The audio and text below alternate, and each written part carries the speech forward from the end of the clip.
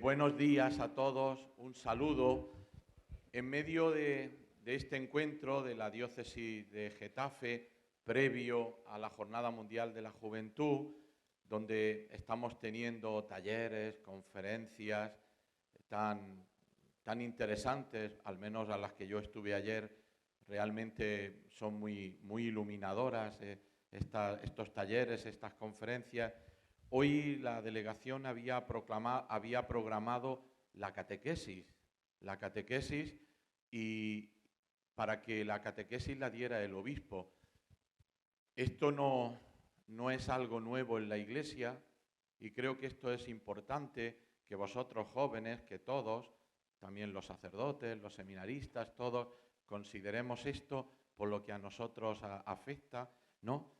Dice el libro de los Hechos de los Apóstoles que la comunidad cristiana, los primeros cristianos, se reunían en torno a la palabra, a la fracción del pan y a la enseñanza de los apóstoles, que tenían una vida en común, que todo lo compartían en la caridad.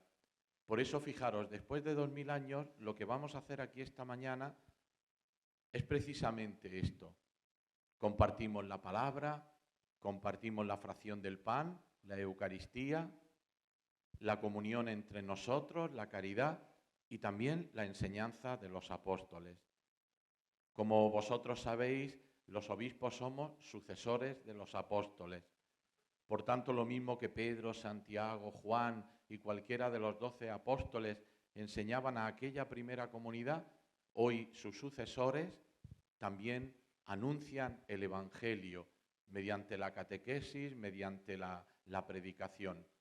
Por eso, fijaros, en este momento, como en tantos momentos de nuestra convivencia, pues estamos viviendo la Iglesia, la esencia de lo que realmente es la Iglesia, porque muchas veces podemos contaminar la Iglesia, lo que es esencial a la Iglesia, lo podemos contaminar con cuestiones, con problemas, con asuntos que no son esenciales. Y si los quitamos, pues no pasaría nada, la Iglesia seguiría viviendo. Sin embargo, si quitamos la palabra de Dios, si quitamos la Eucaristía y los sacramentos, si quitamos la enseñanza de los apóstoles, si quitamos la comunión, la caridad, ¿qué somos? No somos absolutamente nada. Por eso yo creo, y es una de las cosas que en esta catequesis yo os quiero hablar, es precisamente de esto, ¿no? De en el mundo en el que vivimos, que es un mundo complicado, vosotros vivís en una realidad bastante complicada, plural, donde muchas veces, ¿qué os voy a decir? Pues en la universidad o en el trabajo o en el colegio, tenéis muchas veces dificultad para expresar vuestra fe, para manifestar vuestra fe. Pues creo que precisamente es ahora donde los fundamentos de la fe, donde la esencia de lo que es la fe que vivimos en la Iglesia, tenemos que tener más claro para vivirlo y para testimoniarlo ante los demás. Como ha dicho el padre Rubén, yo quiero hablar como 25 minutos, media hora, porque esta es un poco la dinámica que nos van a marcar también en Lisboa. La Santa Sede, los organizadores han querido que la catequesis de los obispos sea, iba a decir esto, menos rollo, es decir, sea más breve y que después haya oportunidad para compartir con vosotros. Por eso, si os parece bien, yo hablo como 25 minutos y después, como he visto que los que estáis aquí no tenéis ningún pudor para hablar, pues entonces podemos pasar el micrófono o lo que sea para compartir algo, para hacer una pregunta, como vosotros queráis. Quisiera comenzar esta catequesis trayendo, que seguro que muchos de vosotros lo ha leído, incluso en su parroquia, y a lo mejor algunos hasta lo habéis meditado, estudiado, el mensaje que el Papa en agosto del año pasado nos escribe, un mensaje para preparar la Jornada Mundial de la Juventud de este 2023, donde nosotros estamos ahora mismo. Y el Papa nos dice que ha querido elegir como lema de esta Jornada Mundial de la Juventud unas palabras del capítulo 1 del Evangelio de San Lucas, que está en el contexto del relato de la visita de la Virgen María a su prima Santa Isabel. Dice el Evangelio de San Lucas, en ese capítulo 1, versículo 38, María se levantó y partió sin demora. Y dice el Papa, he querido que sea una continuación de la JMJ de Panamá, donde el lema fue un versículo anterior a este. He aquí la sierva del Señor, hágase en mí según tu palabra. En esa expresión que es la respuesta que María da al ángel, aparece todo el misterio de la fe, del que también me gustaría hablar ahora. Pero en la frase o las palabras de esta jornada mundial hablan que cuando María, dice el Papa también, que María sufre un terremoto interior. Os decía ayer en la homilía, y quiero empezar por aquí, imaginaros una niña, no sabemos qué podía tener aquella niña mujer ya de 15, 16 años, en aquella cultura, en aquel momento, que escucha un anuncio, una noticia que es desconcertante. Vas a ser madre. Y fijaros el rubor de aquella niña, ¿cómo voy a ser madre? Yo no he tenido relación con un hombre, yo no he conocido varón. Vas a ser madre por obra del Espíritu Santo. El niño que hay en ti es el Hijo de Dios.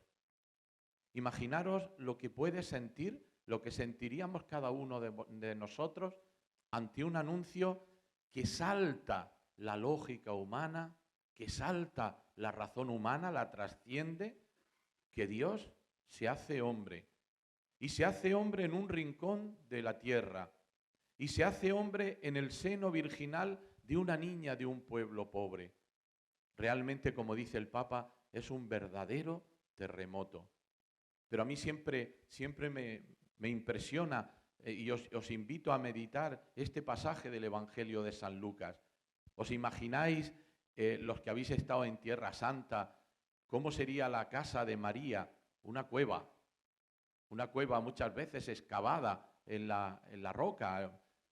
Y allí una mujer sencilla que escucha esto, que lo escucha en su interior y que no hace cálculos. A mí esto siempre me impresiona, porque yo os digo, no sé vosotros, pero yo hago muchas veces cálculos de lo que va a pasar, de lo que puede pasar, de las consecuencias que puede tener. Es decir, que soy tendente a racionalizar mucho las cosas y a pensar estrategias. Y María no tiene estrategia. La única estrategia es la estrategia de la fe. Se fía, hágase en mí según tu palabra. Fiat, el hágase. Y eso cambia la historia. A mí siempre me gusta recordar una vida de Jesús que escribió un sacerdote y periodista, José Luis Martín Descalzo, y imaginándose este momento en Nazaret, y se lo imagina de un modo precioso, y dice él así: fijaros, no sabemos el tiempo entre la escucha del anuncio y la respuesta de María. Puede ser que fueran segundos, pero ese tiempo se hizo prolongadísimo, como si fueran aquello que dice la Escritura: para Dios un día son como 1000 años y 1000 años para un día, porque el sí de María cambió la historia. Y esto, queridos jóvenes, para vosotros, para mí, para todos, esto es impresionante. Un sí a Dios puede cambiar la historia. Tu historia, por supuesto, pero también la historia del mundo, también la historia de la humanidad. Es decir, que tú no eres un ser aislado, sino que tú formas parte de un gran pueblo que es la humanidad, por supuesto que es la Iglesia.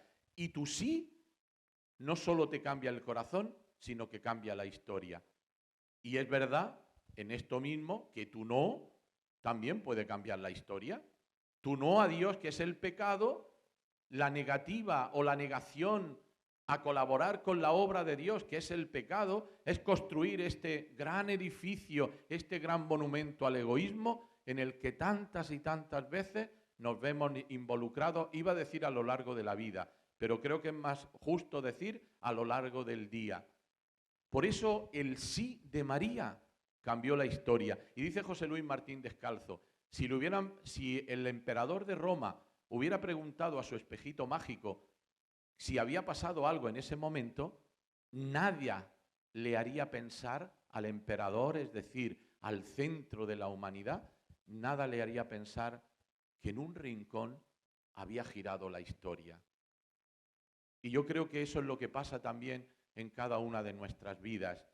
Cuando nosotros abrimos nuestro corazón al Señor y le decimos que sí, y a partir de ahí Él cambia mi historia y cambia la historia del mundo. Por eso este momento que reflexionaban los jóvenes en Panamá, esto hoy da un paso adelante. Cuando María recibe el anuncio del ángel, cuando le dice que sí, ¿tú qué habrías hecho? Pues a lo mejor había vuelto sobre ti y habrías pensado, ¿y qué voy a hacer? ¿Y cómo se lo voy a decir a mis padres? ¿Y ahora qué va a pasar? ¿Y qué va a ser de mi vida? Y sin embargo, fijaros la actitud de María. Se levantó y partió sin demora para ayudar a su prima Santa Isabel, que como sabéis era anciana, era estéril y estaba a punto de dar a luz. Es decir, que María no se mira a sí mismo, que María confió plenamente en Dios, que pensó más en Isabel que en ella misma. Y ante esto yo me hago una pregunta que hago en voz alta para vosotros también. Oye, ¿y tú cuando estás ante un momento importante en tu vida, cuando tienes que decidir algo, cuando tienes que pensar en algo, ¿tú en quién piensas? ¿Piensas en ti o piensas en Isabel? Esto es metafórico. ¿Piensas en Isabel? ¿Piensas en los demás? ¿Piensa en lo que Dios espera de ti? Por eso, fijaros, la fe no es un mecanismo que me lleva dentro de mí para regodearme dentro de mí y para mirarme a mí mismo, sino que la fe es expansiva. La fe es para ser comunicada. María se puso en camino sin demora. Y habéis visto cuando Jesús llama a los apóstoles, cuando los llama, ¿cuál es la respuesta de los apóstoles? En la mayoría de los relatos vocacionales del Evangelio nos dice, inmediatamente se levantaron y lo siguieron. Hay algunos que se pasan la vida, pensando qué es lo que Dios quiere de mí, poniendo siempre demoras, excusas, condiciones, etcétera, etcétera, para al final no responder a lo que Dios quiere. María inmediatamente se puso en camino y María fue a cumplir con su misión de Madre de Dios, de puente entre Dios y los hombres, en el servicio a su prima Santa Isabel. Pero esto me lleva quizá a lo que quiere ser el núcleo fundamental de esta catequesis. Mirad, ¿por qué María es capaz de hacer esto? ¿Por qué María se convierte para nosotros en ese ejemplo? Muy sencillo, porque María lleva a Dios en su seno, porque María lleva a Dios dentro de sí. Hay algo que es importante, que las cosas más obvias, las cosas más claras, el abecedario de la fe, muchas veces pensamos que lo tenemos tan claro que al final es lo que olvidamos, ¿no? Y esto es fundamental. ¿Cuál es el centro de la fe que nos reúne? Jesucristo. ¿Por qué estamos aquí hoy y estos días? ¿Por qué vamos a Lisboa? Por Jesucristo. Yo quiero repetir unas palabras que son del Papa Benedicto XVI, que a mí me gusta siempre repetir, pero que creo que es muy importante que las meditemos constantemente. No se llega a ser cristiano por una idea o por una opción ética, sino por el encuentro con un acontecimiento, con una persona que cambia el rumbo de la vida.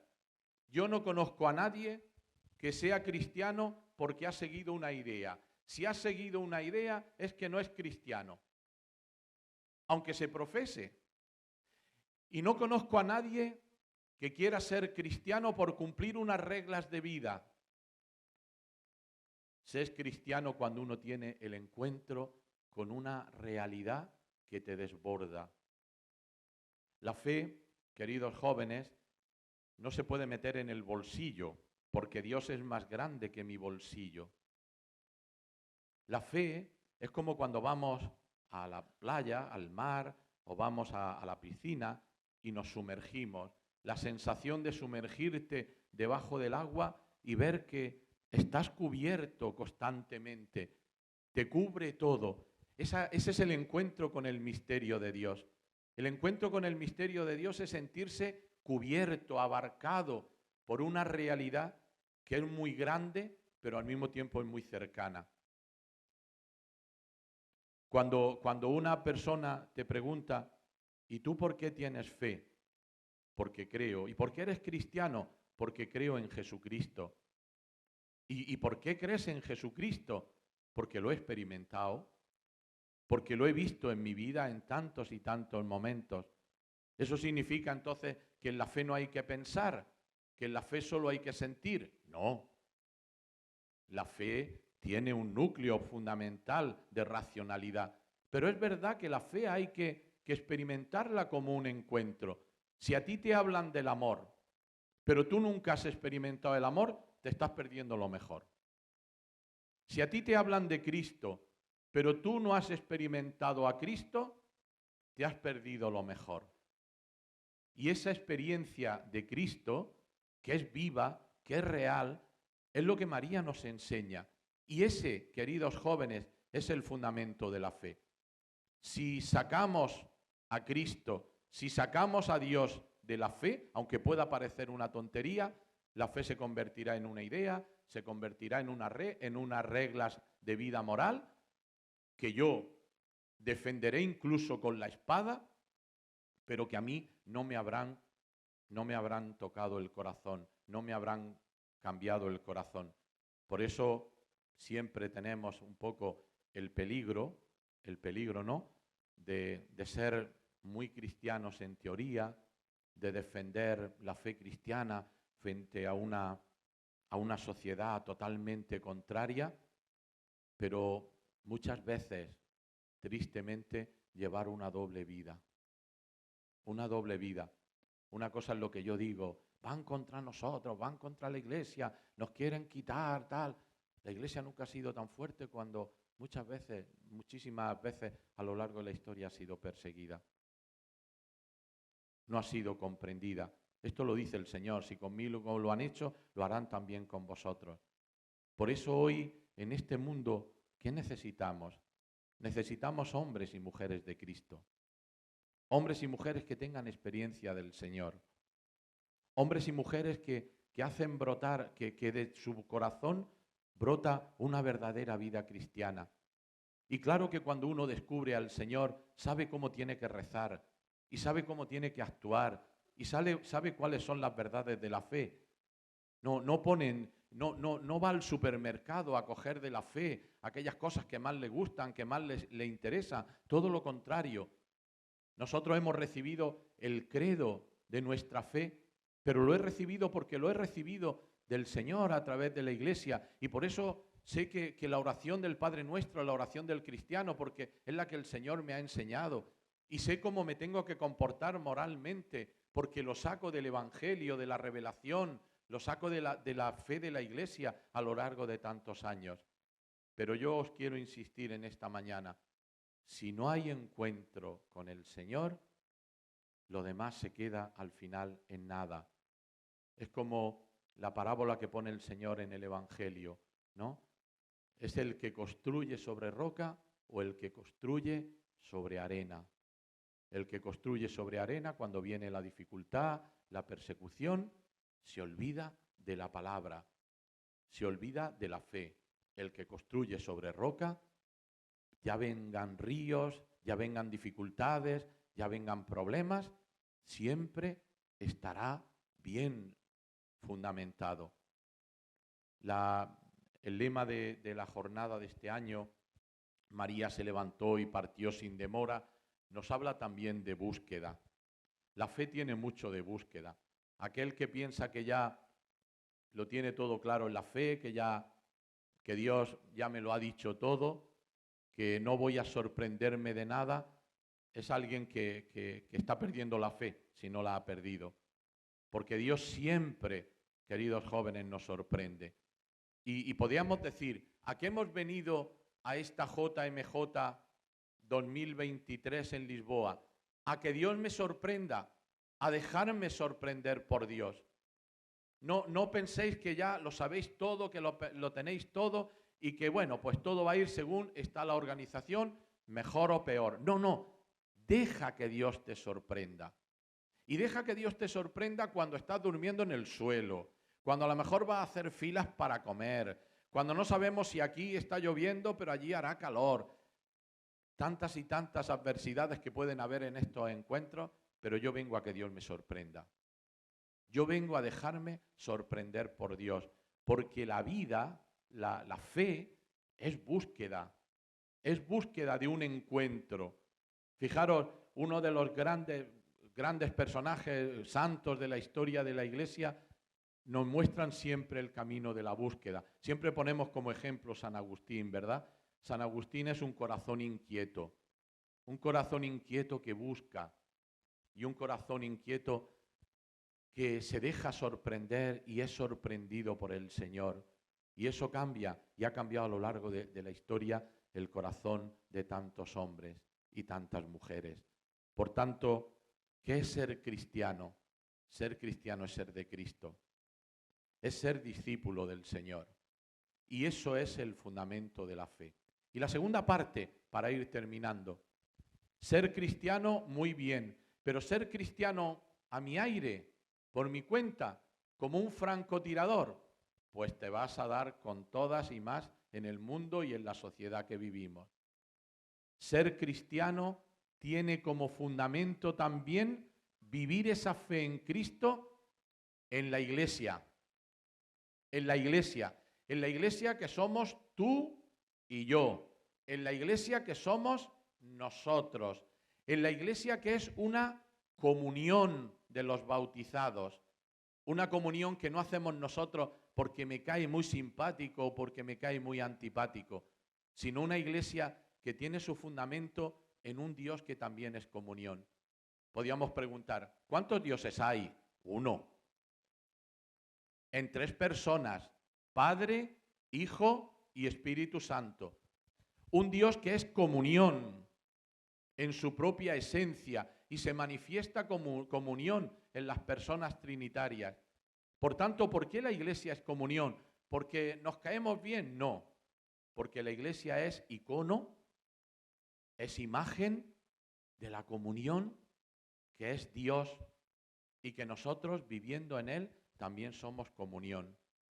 Por eso, queridos jóvenes, esto creo que es muy importante.